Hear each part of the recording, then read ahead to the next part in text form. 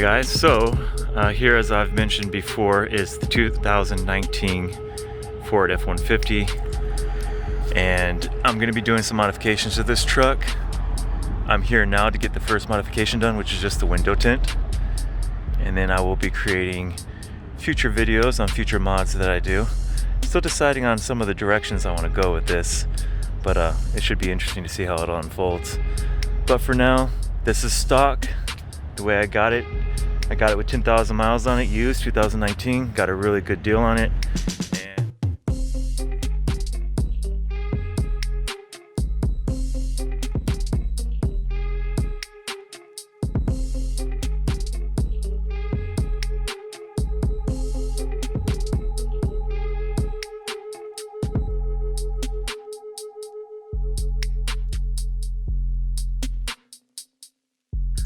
Here it is with the windows tinted. I think it looks good. This is just the first upgrade.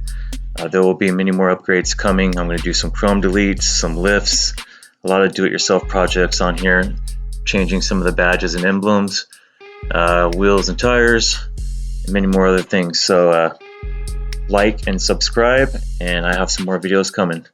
Thanks for watching.